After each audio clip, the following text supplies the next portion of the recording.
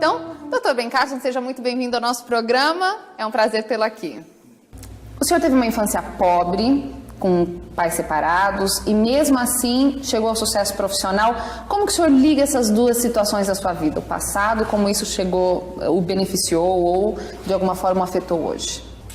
I had an interesting childhood. Tudo ocorria bem até que os meus pais se divorciaram quando eu tinha 8 anos de idade. E meu mundo mudou drasticamente. Minha mãe tinha apenas o 2º ano primário e nós tivemos que nos mudar de Detroit para Boston. Nós fomos morar com os meus tios num dos piores bairros da cidade, onde havia drogas, violências, ratos, baratas, gangues e tudo de pior que você pode imaginar. Mas como criança, isso nunca me afetou muito. O maior problema era realmente a falta de dinheiro. Minha mãe trabalhava arduamente porque não queria pedir ajuda do governo.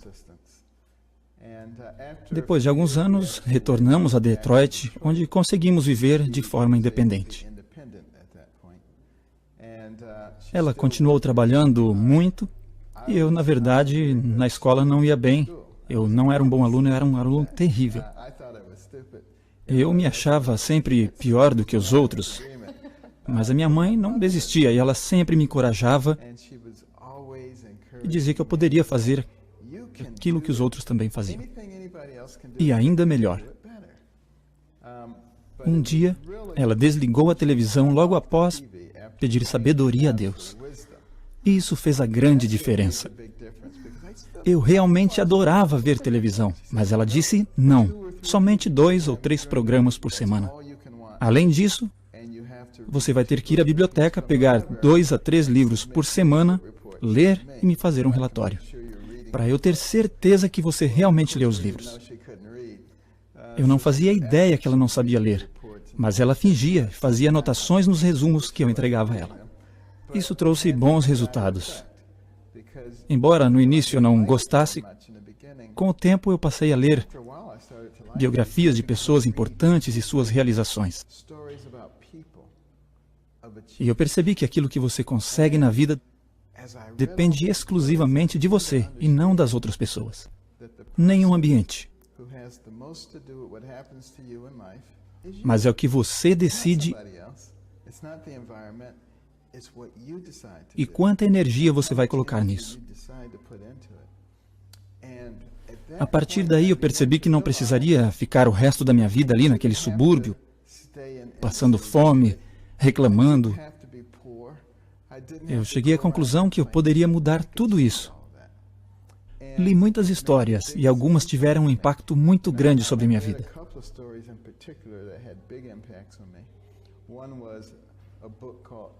Uma delas foi a história de Theo Washington, que nasceu como escravo, em uma época em que os escravos não poderiam ler, mas ainda assim ele aprendeu a ler sozinho. Mesmo sendo ilegal em sua época, ele lia tudo o que tinha às mãos e se tornou tão inteligente que foi professor de 2 futuros presidentes. E a outra história que me impactou muito foi a história de José da Bíblia.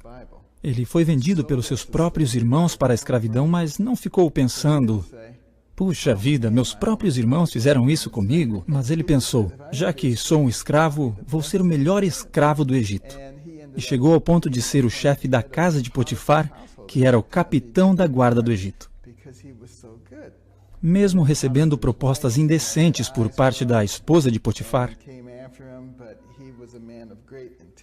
ele recusou e manteve a sua integridade. Mas ainda assim ele foi julgado e lá na prisão ele poderia ter pensado: mas que coisa, eu fui fiel a Deus, fiz tudo corretamente e estou aqui. Mas ele pensou diferente: serei o melhor prisioneiro. Logo ele ganhou a confiança do carcereiro, começou a interpretar sonhos e logo se tornou responsável pela prisão. Histórias como essas realmente me afetaram. E eu comecei a pensar: sim, eu vivo na pior parte da cidade, no subúrbio, mas não preciso viver a minha vida toda aqui. Eu realmente concluí que aquilo fez uma grande diferença na minha vida. O senhor teve um filme sobre a sua vida recentemente. Eu imagino que deve ser uma coisa curiosa alguém resolver fazer um filme sobre você. Como foi essa experiência? E fala um pouco sobre o filme. Ok, é muito interessante ter um filme sobre a minha vida. Muitos diretores me procuraram para fazer este filme 15 anos antes de ele ser feito. Muitos vieram me procurar para fazer este filme, inclusive o pessoal da Disney. Mas eles queriam mudar um pouco a história em nome da arte. Colocar coisas que nunca aconteceram para dar mais dramaticidade ao filme. Então eu disse, eu não concordo com isso, eu quero ter no filme o que realmente aconteceu. Eles mudam completamente a história para conseguir mais bilheteria. Finalmente, duas produtoras, Sony e TNT, me procuraram e aceitaram produzir o filme realmente como aconteceu. E eu teria a palavra final em todas as cenas. E várias vezes eles me ligaram durante as gravações. Várias vezes eles me ligavam perguntando, está certo assim? E eu então concordava. O meu principal objetivo era que esse filme fosse uma verdadeira inspiração. Que jovens pudessem entender que você é a pessoa que pode mudar a sua vida. Que é você que faz a diferença na sua vida. Acredito que alcançamos o objetivo, pois ganhamos o prêmio de filme mais inspirador do ano.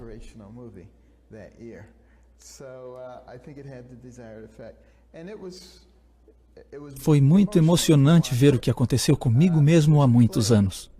Antes deste filme, fizeram uma peça sobre a minha vida que deveria durar apenas um ano. Mas ela ficou em cartaz durante 18 anos. Foi muito emocionante assistir a isso. Ver essas representações me ajudou ainda mais a compreender o papel da fé em minha vida.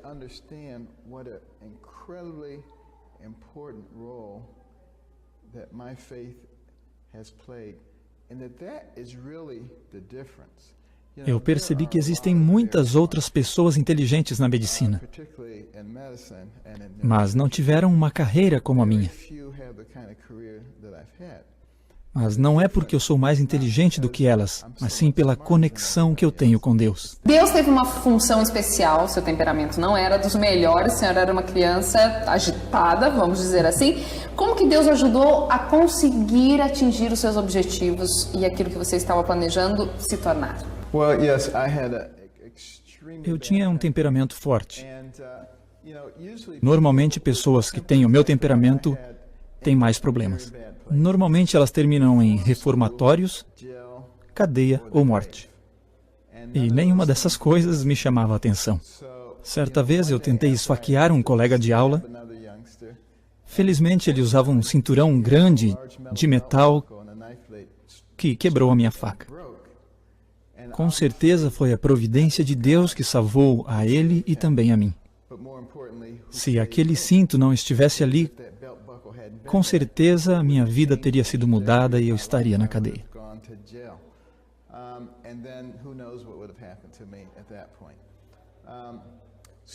Então eu saí dali, entrei no banheiro e clamei a Deus. Percebi que não teria sucesso na vida se continuasse agindo daquela maneira.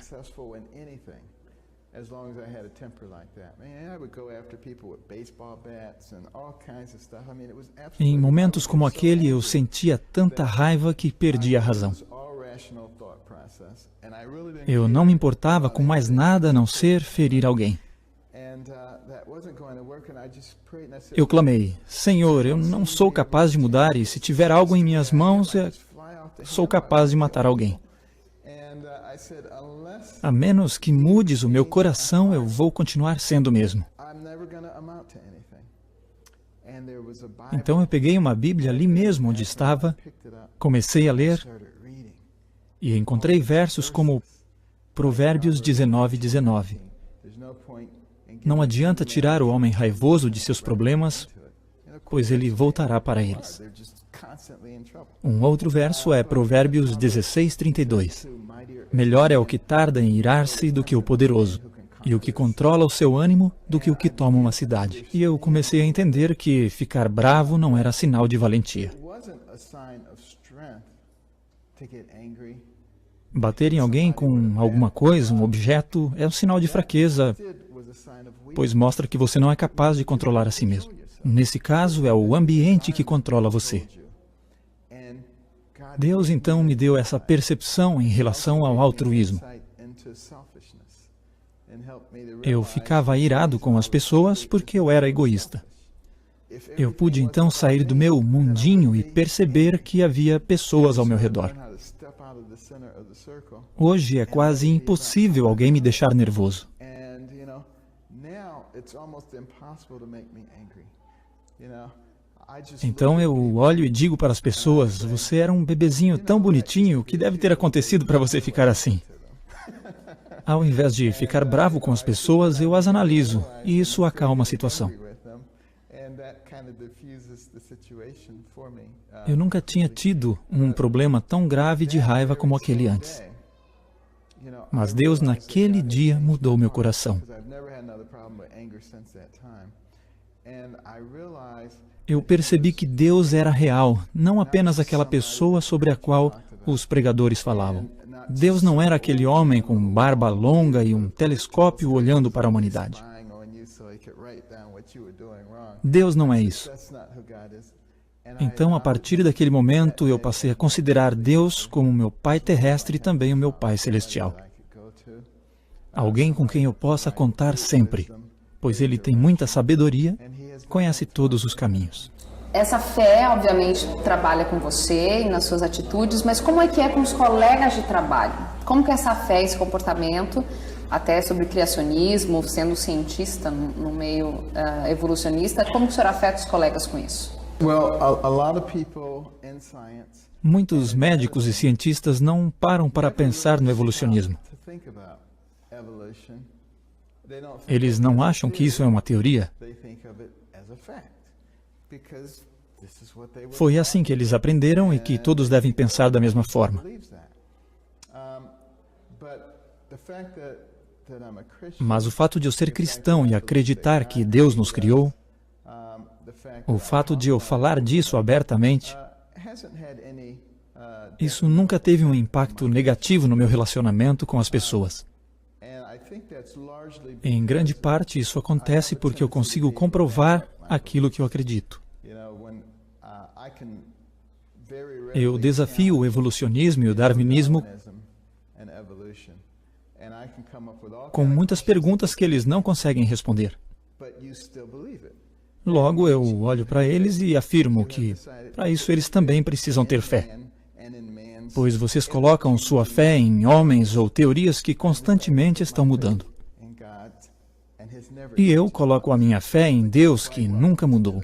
Mas vocês podem continuar acreditando no que vocês quiserem. As pessoas acham difícil debater comigo. E como? Qual que é o segredo? Acho que muitos profissionais, altos profissionais da saúde devem estar pensando qual é o segredo para conciliar uma alta carreira profissional e não abrir mão da comunhão e da fé. It's actually very easy É muito fácil para mim conciliar a minha fé with my day com o meu trabalho diário. of neurosurgery and science because I realize that God is the source. Eu sei que Deus é fonte de todo conhecimento e sabedoria. He is the source of all knowledge. He knows how everything Ele conhece como tudo funciona how to fix it. e Ele sabe como corrigir todos os problemas. These very difficult cases. Quando eu tenho casos muito difíceis, eu oro e Ask God, give me peço que Deus me ajude. pray before every surgery. Eu oro antes de qualquer cirurgia, sendo ela simples ou complexa. Eu me lembro de tempos atrás, quando tivemos um grande problema, um caso bem difícil. with a case. And I stopped Então eu parei e disse, eu preciso orar um pouco mais. E o meu anestesista disse, eu também vou orar. I'll pray too. And the E alguns que estavam em volta começaram a orar e finalmente todos estavam orando. E sabe o que aconteceu? Nós resolvemos o Em algum problema. momento da cirurgia dos gêmeos siameses, o senhor pensou que não ia dar certo, que suas forças tinham acabado e, senhor, é contigo porque eu não consigo fazer? Yes. During the first case. Sim, durante o caso da separação dos gêmeos eu tive um grande problema. Ninguém antes havia conseguido fazer essa cirurgia porque a anatomia por trás da cabeça é muito complexa.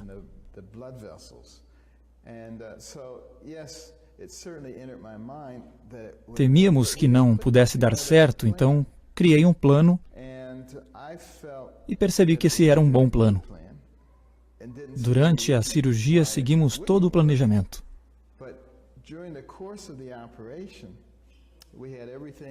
Quando já estava tudo separado no momento de cortar definitivamente, chegou o momento em que nos deparamos com grandes vasos sanguíneos que, se cortados, causariam uma grande hemorragia.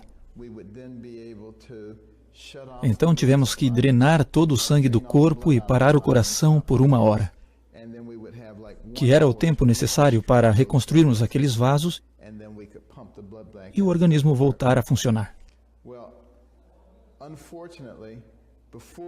Lamentavelmente, antes que pudéssemos fazer isso, tivemos uma grande hemorragia, pois eram vasos anormais. Como a pressão sanguínea era muito alta, para parar o sangramento, tivemos que drenar o sangue antes do horário previsto.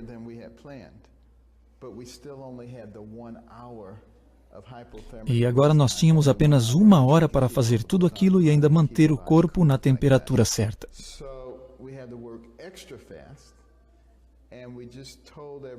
Então, para aliviar o estresse, eu pedi para que não me informassem quanto tempo ainda faltava.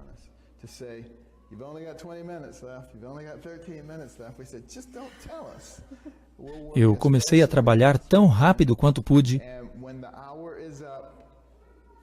Se o tempo passasse e eu não terminasse a cirurgia, seria uma catástrofe. E nós terminamos em 59 minutos.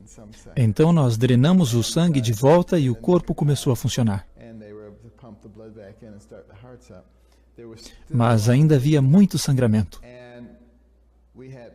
a ponto de termos que colocar 15 bolsas de sangue. E todas essas bolsas não foram suficientes para o que nós necessitávamos. E nesse momento eu pensei, não vai dar certo. Membros da equipe se dispuseram a doar o seu próprio sangue. Mas é claro que isso não iria funcionar. Quando estávamos a ponto de desistir, chegou o pessoal da Cruz Vermelha com 10 bolsas de sangue, que era exatamente a quantidade que precisávamos. Isso é um milagre e tudo deu certo. Isso como médico, mas como paciente você tem uma história de fé também que nos motiva. O senhor teve câncer e superou isso. Como que é ser paciente agora? Como a fé ajuda na hora de uma doença tão grave como essa? Há 11 anos atrás eu tive um câncer de próstata de forma muito agressiva. Eu passei por uma tomografia computadorizada que revelou que o tumor estava espalhado. Eu esperava que o radiologista me dissesse que estava tudo bem, mas não era isso. O técnico me entregou os exames, eu os levei para o meu consultório, coloquei os contraluz e entrei em pânico. Toda essa região estava comprometida.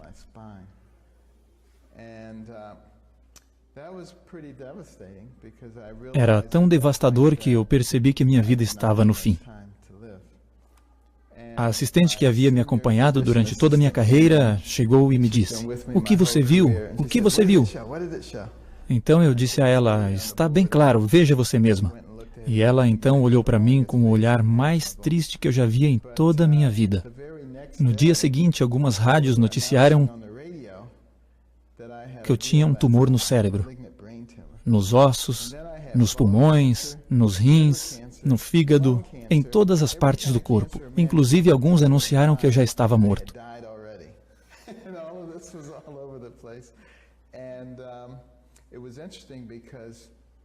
Eu nunca tinha percebido antes a importância da minha vida.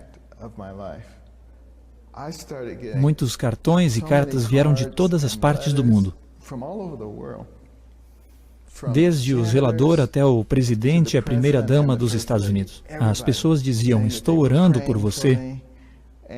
E muitos me enviavam poções, medicamentos, simpatia, fórmulas mágicas. A cada 5 minutos chegavam livros, artigos sobre o câncer.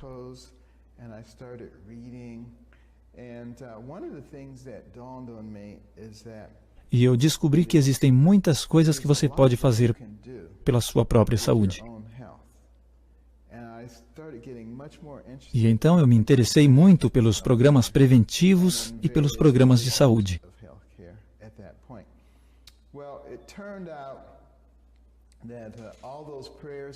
Eu penso que Deus deve ter ficado cansado de ouvir tantas orações a meu respeito. No final, os tumores que eu tinha eram uma anomalia congênita causada pela medula espinhal.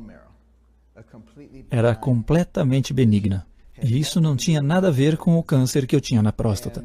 Então eu consegui marcar uma cirurgia em que foi removido o câncer.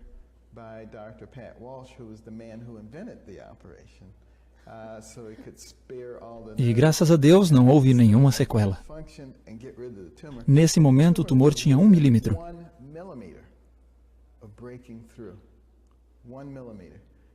E foi retirado no momento certo. Agora estou livre do câncer. Uma coisa que eu sempre me perguntei era como eu enfrentaria esse tipo de situação.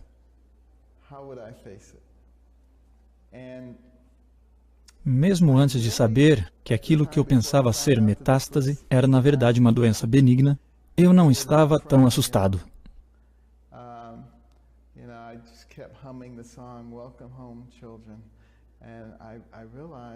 De fato, a morte não seria uma coisa tão ruim, pois eu estaria com Deus. O que não seria bom é que eu não estaria com minha família. E eu teria que deixar também pessoas que dependem de mim como meus pacientes. Essa era a única parte triste de tudo isso. O que o motivou, afinal de contas, a escrever O Risco Calculado, Take the Risk, e o Sonhe Alto, que são 2 livros que a gente tem em português que o senhor escreveu?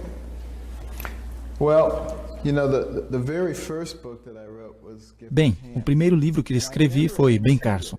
Na realidade, eu nunca pretendia escrever livros. Porém, várias editoras vinham até mim e diziam, você deveria escrever. Depois que umas 10 editoras me procuraram, eu disse para mim mesmo, você deveria escrever livros. Então eu escrevi Ben Carson e eles ficaram empolgados. E me disseram, este é um ótimo livro. Autobiografias não costumam vender muito, mas a sua é tão boa que deve vender aí umas 14 ou 15 mil cópias, que é muito bom para esse tipo de livros. Bem, no final foram vendidos 2 milhões de exemplares. Bem, então me disseram que eu deveria escrever outro livro, e então eu escrevi Sonhe Alto. Sim, para mim é muito fácil, porque, sabe, foi naturalmente, pois são minhas próprias experiências. Leva menos de 1 ano para escrever um livro. Depois, escrevi um outro livro que ainda não foi traduzido para o português. E, em seguida, Risco Calculado, em 1999. Logo em seguida, não. Risco Calculado foi em 2007, eu acho. Depois eu escrevi America Beautiful, que foi lançado no ano passado.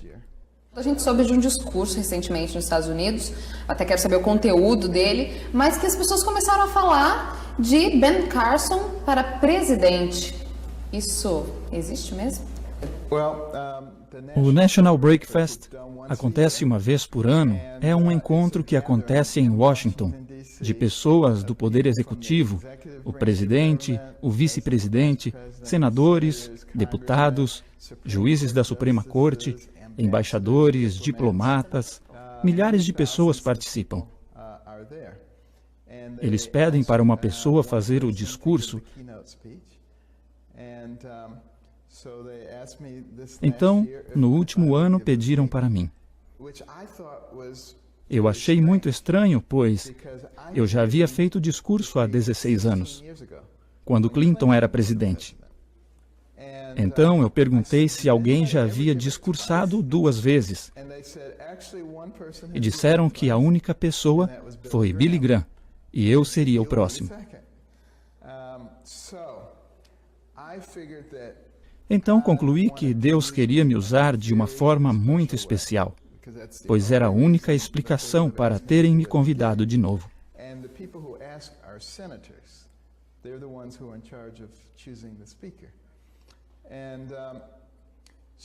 Eles queriam que eu lhes desse o texto do meu discurso para que pudessem ter conhecimento do que diria e para verificarem se não havia problemas.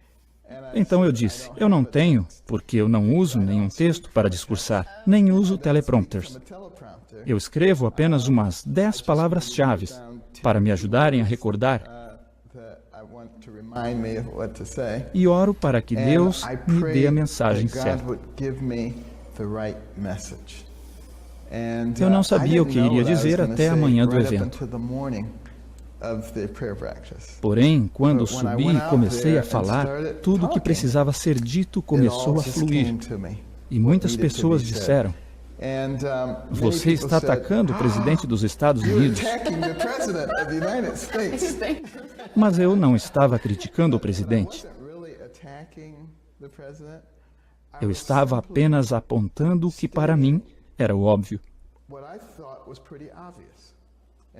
Se você continuar gastando dinheiro, já que temos uma grande dívida interna, você irá enfraquecer os pilares financeiros da nação e irá destruí-la, assim como ocorreu na antiga Roma. Também falei sobre os politicamente corretos, pois as pessoas têm medo de realmente se expressarem, e a América foi fundada sobre a liberdade de expressão. Então, isso é antiético, é contra os princípios fundamentais da nação. Falei sobre o orgulho, a arrogância e sobre os líderes. Afinal, isso é uma única nação. Abordei também sobre a importância de ter uma unidade. Uma águia possui 2 asas, uma asa direita e uma asa esquerda. Ela não consegue voar com 2 asas direitas ou com 2 asas esquerdas. Elas precisam trabalhar juntas. Todas essas coisas chamaram tanta atenção do povo americano que o discurso se espalhou. Todo mundo viu. Então comecei a dar várias entrevistas e as pessoas começaram a perceber que é possível alguém falar com bom senso e falar sobre os princípios que elas defendem. Foi por isso que muitos falaram que eu deveria me candidatar a presidente. Mas eu não quero isso.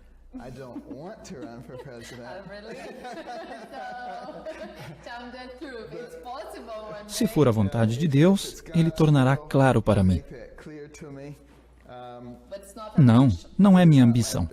Me concentrarei especialmente em educação, mas também em fazer com que as pessoas, principalmente nos Estados Unidos, parem de ter medo de defenderem o que acreditam. Acho que isso é muito importante e Deus tem me dado uma boa base para isso. Muito obrigada pela sua entrevista. Foi um prazer enorme tê-lo aqui. Eu acho que todos os nossos telespectadores estão assim maravilhados de conhecer o Dr. Ben Carson. Você que já leu, você que já conhece.